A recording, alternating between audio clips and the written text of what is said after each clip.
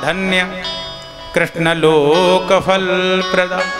धन्य भैया तुम्हारी भागवत कथा कि जिनको सुनकर मेरे जैसा पापी का उद्धार हो गया और भगवान श्री कृष्ण का लोक मुझको मिल गया, आनंदित हो गया। बोले ऐसे कैसे हो गया है? अरे कथा तो इन सब लोगों ने भी सुनी है।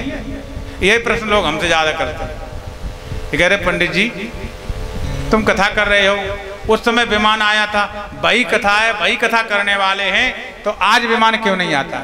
मैं आपसे निवेदन करूंगा, कथा भी वही है, करने वाले भी वही हैं, विमान क्यों नहीं आता? उसका एक रीजन है। मान लिया हम तुम्हारे यहाँ कथा कर रहे हैं और ठाकुर जी की बड़ी कृपा हो गुरु जी, और जब कथा ब्राह्म हो माता हो तो आपके गांव में ठाकुर जी कृपा कर दें और विमान आ जाएं कि भैया सबने कथा सुनी है और सबके लिए विमान आए, चलो। तो सच बताना कितने लोग चलने को तैयार बैठे हो यहाँ? बोलो बताइए क्या मतलब है इसका? क्योंकि माताओं आजकल आत्म कल्याण के लिए कोई कथा नहीं सुनता, सब केवल मनोरंजन के सुनते। लोग कहते महाराज निक निक करवा दो थोड़ा थोड़ा। अब बताओ परमात्मा की कथा को भी मंगल में तुम मनोरंजन का साधन बना रहे हो। भगवान की कथा में खूब मनोरंजन कर रहे हैं लोग, खूब हास्य व्यंग करते हैं, खूब चटकुला सुनाते हैं। ये भगवान की कथा है कि कोई हंसी का मंच बना हुआ है? बताइए क्या हंसी की कथा सुना के तुम्हारा कल्याण हो जाएगा? भाई तुम्हें कोई रोग है, माता आपको बुखार आ गया मान लो, सोचना मैं उदाहरण बता रहा हूँ, आ न जाए भैया, आप प्रसन्न रहें, चिंतित आनंदित रहें। मान लिया किसी को बुखार आ जाए और भाई खूब हंसबा के सामने बेस्याओं को नाच करवाओ तो सही हो जाएगा? भाई बुखार कब सही होगा? जब बुखार की दवा, तो आपको भी जब दवा मिलेगी तभी आपका भवरोग कटेगा। परमात्मा की कथा भव व्याध को काटने वाली है, लेकिन लोग कथा कहते ही नहीं, हंसा रहे हैं खूब खूब, उससे तुम्हारा कल्याण होने वाला। देखिए महाराज विमान आज भी आएगा, लेकिन मैं दावा से कह रहा हूं 7 दिन तक परमात्मा की कथा तो कल्पवृक्ष है। आप जो मांगोगे वो मिलेगा, यहाँ बैठकर कामना करिए, जो चाहोगे वो मिलेगा, लेकिन एक आसन पर बैठ के सुनिए और ध्यान से सुनिए। अब जब तक आते हो 50 आसन बदल देते हो, पैरों में दर्द होने लग जाए तो पंडित जी की तरह ही पैर करके बैठे जाते हो। ऐसे थोड़ी कथा होती है। आसन एक लगाइए, हम 8 घंटे कथा कराइए, आसन एक ही होगा। ये नहीं तुम्हारी तरफ रख के ऐसे बैठ जाए, इधर कर ले, ये बदल के इधर रख ले। तो पहले आसन को मजबूत बनाइए। आसन मजबूत नहीं है, कथा को ध्यान से सुनते नहीं, तो कैसे कल्याण हो जाएगा? आत्म कल्याण का भाव लेकर आइए, प्रभु हम पर कृपा करो, हमारी मुक्ति हो जाए। मैं दावा से कह रहा हूं आज ही मुक्ति हो जाएगी। और अगर नहीं मानते हो तो प्रमाण कर लेना, किसी पीपल के वृक्ष के नीचे कभी कथा करवाना आप हमारी, किसी पीपल के वृक्ष के नीचे कभी कथा हमारी करवाना। हम दावा से कह रहे हैं 7 दिन के बाद पीपल की जड़ फट जाएगी, अनुभव कर लेना। एक बार बोलो जय जय श्री। क्यों? कि उसमें पीपल में कुछ न कुछ होता है, ऐसा मानता है लोगों। शास्त्रों में तो बहुत कहा गया कि पीपल के वृक्ष के नीचे हवन नहीं करना चाहिए। तो बहुत सारी बातें हैं माताओं, इसलिए कथा को ही सर्वोपर मानना चाहिए। आज दिव्य पुरुष हुआ, फिर क्या हुआ? वो चला गया तो धुंधकारी को बड़ा, गौकड़ को बड़ा दुख हुआ कि सबने कथा सुनी, कल्याण एक का हुआ। ये कैसे हो सकता है? कथा सुनने में भेद हो सकता है। अब कथा हर तरह से सुनते लोग, कोई कहता मेरे छोरा की नौकरी लग गया तो कथा करवाऊंगा, कोई कहता देखें पंडित जी कैसी कथा करते हैं, कोई कहता पंडित जी चटकुला सुनाते नहीं। तो कथा सुनने का अलग अलग भाव है, इसलिए अलग अलग फल हो गया। बोली आनंद कंद भगवान की। फिर गौकड़ महाराज ने सावन के महीना में दोबारा कथा करी, दोबारा कथा की तो जितने सुनने वाले थे, कथा ब्राह्म हुई तो जितने सुनने वाले थे उतने ही विमान आए। सब लोग उसमें गए जितने, जैसे भगवान श्री राम द्वारका वासियों को संग ले गए। भागवत जी में श्लोक आया, नोट कर लो आप। भागवत के माध्यम के 5वें अध्याय का 85वां श्लोक है।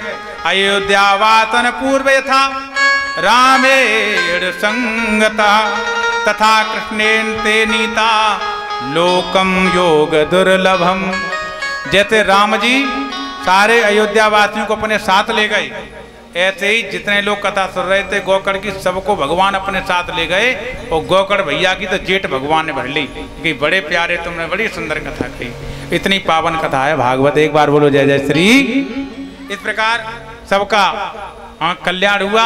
ये कथा सुन के नारद जी आनंदित हो गए। फिर हाथ जोड़ के कहा भैया हमें एक बात और बताओ। जो बताओ ये तुम्हारी कथा कराने में खर्चा कितना होता है? कथा में सबसे पहले लोग यही पूछते हैं महाराज जी कि महाराज कथा कराने का मन तो हमारा भी है, पंडित जी कितने पैसे लोगे? मैं आपसे कहता हूं कि कथा का कोई खर्चा नहीं और कथा का बहुत खर्चा। जैसे व्यक्ति अपनी बेटी की शादी अपनी सामर्थ्य के अनुसार करता है, छोटी से छोटी शादी करता है और बड़ी से बड़ी शादी करता है, ऐसे ही परमात्मा की कथा छोटी से छोटी होती है और बड़ी से बड़ी होती है। जब कोई खर्चा नहीं और कोई मोल नहीं है परमात्मा की कथा का।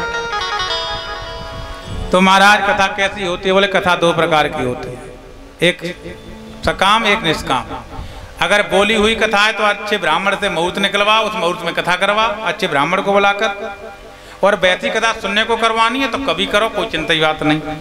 बोले महाराज कथा का वक्ता कैसा होना चाहिए? कथा करने वाला वक्ता कैसा हो? ध्यान से सुनो आप। विरक्तो वैष्णवो विप्रो वेद शास्त्र विशुद्ध कृत। कौन होना चाहिए? विरक्त, संसार में रहते हुए भी संसार से अलग हो ऐसा विरक्त हो। फिर वैष्णव हो। वैष्णव जानते हो? भगवान श्री कृष्ण का या राम का भक्त हो। भगवान राम और कृष्ण के भक्त वैष्णव कहलाते हैं। जिनके गले में तुलसी की माला हो, माथे पे चंदन हो, ये है ना पटुका लगाइए, ये सोने चांदी की जो भी आभूषण पहनोगे ना, मरोगे तो घर वाले दाह क्रिया बाद में करेंगे, पहले बांट लेंगे, भैया कान का आम लेंगे या गले का आम लेंगे, लेकिन गले में तुलसी की माला होगी नहीं माताओ, ये कोई छुएगा नहीं, ये तुम्हारे साथ चली जाएगी। और जिसके गले में तुलसी की माला होती है ना, उसे तो भगवान के यमदूत, जो जमदूत होते हैं ना ब्रह्मा जी के, वो लेने नहीं आते, परमात्मा के दूत लेने आते, क्योंकि पटका बना हुआ है। आपने देखा होगा कुत्ता दो प्रकार के होते हैं माता, होते हैं, एक पालतू और एक फालतू। तो पालतू कौन से होते हैं? जिनके गले में पटका लटका होता है, वो पालतू होते हैं। तो पटा बना तो जान लेते भैया कुत्ता काऊ को पालतू है। ऐसे ही तुम्हारे गले में तुलसी की माला पड़ी है तो भगवान के पास जान लेते भाई ये तो भगवान का भक्त है, तुलसी पहने हुए है, इसे छोड़ो। ऐसे ही वैष्णवों की पहचान है। तो वैष्णव होना चाहिए, विरक्त हो, वैष्णव हो और विप्र हो। विप्र का मतलब क्या है? जो वेद को पढ़ के आया हो, विप्र हो। और कैसा हो? वेद शास्त्र विशुद्ध कृत, वेद शास्त्र का ज्ञाता हो और विशुद्ध हो, शुद्ध नहीं विशुद्ध। पान सुपारी लौंग इलायची बीड़ी तमाकू गुटखा पान सुपारी कुछ भी न खाता हो, विशुद्ध हो। और कहता हो दृष्टांत कुशल, उदाहरण देने में माहिर हो, समझाने में कुशल हो। धीरो वक्ता, ऐसा धैर्य युक्त वक्ता होना चाहिए। उसके साथ साथ 5 पंडितों को और बुलाइए, गायत्री मंत्र का जाप करें, गणेश मंत्र का जाप करें, हैं, तुलसी माता की स्थापना करें, तुलसी का पूजन कराएं, क्योंकि इससे विघ्न बाधाएं कथा में नहीं आती हैं। व्यासपीठ पर बैठे हुए वक्ता को हमेशा सुखदेव के रूप में देखना चाहिए। व्यासपीठ पर बैठे हुए वक्ता को सबको प्रणाम वंदन झुकना चाहिए, और वो नहीं सोचना चाहिए कि सुखदेव जी नहीं है, सुखदेव जी का भाव लेकर उसे कथा सुनना चाहिए। कैसे सुने महाराज? भोजन करके सुने, भूखे रुकें, लेट के सुने, पर के सुने। बोले जैसे मन लग जाए कथा वैसे सुननी चाहिए। बोले आनंद कंद भगवान की, जैसे मन लग जाए, बैठ के सुनो, कुर्सी पे बैठ के सुनो, तख्त पे लेट के सुनो, जैसे आपका मन लग जाए। भूखे रह के सुनो माता, भोजन करके सुनो, जैसे आपका मन लग जाए वैसे कथा सुनो। सज्जनों, इस प्रकार महाराज कथा कर ही रहे थे कि वहां पर उद्धव जी आ गए, नारद जी आ गए, इंद्र आ गए, इंद्र मृदंग बजाने लगे, उद्धव जी ताली बजाने लगे, नारद जी बीड़ा बजाने लगे, और आनंद से, गंधर्व आनंद से नाना प्रकार से गाने लगे। तो संगीत में 3 चीजें होती हैं, गायन वादन नृत्य। अब गाना होने लगा, बजना होने लगा, मृदंग बजने लगा, कांसी बजने लगी, बीड़ा बजने लगा, नारद जी अर्जुन इत्यादि गाने लगे। अब नाचा कौन? तो भक्ति मैया खड़ी होकर बीच में नाचने लगी। इस प्रकार बड़ी सुंदर आनंद कथा होने लगी। परमात्मा का कीर्तन सार है। ये था भागवत का महात्म्यम, जो मैंने आपको संक्षेप में सुनाया। संतों की सानिध्य हमारे तुम्हारे जीवन को बदल देती है, इसलिए संतों के सानिध्य में रहें, परमात्मा का संकीर्तन करें, भाव से मेरे साथ मिलकर गाइए। बोले बाके बिहारी लाल की।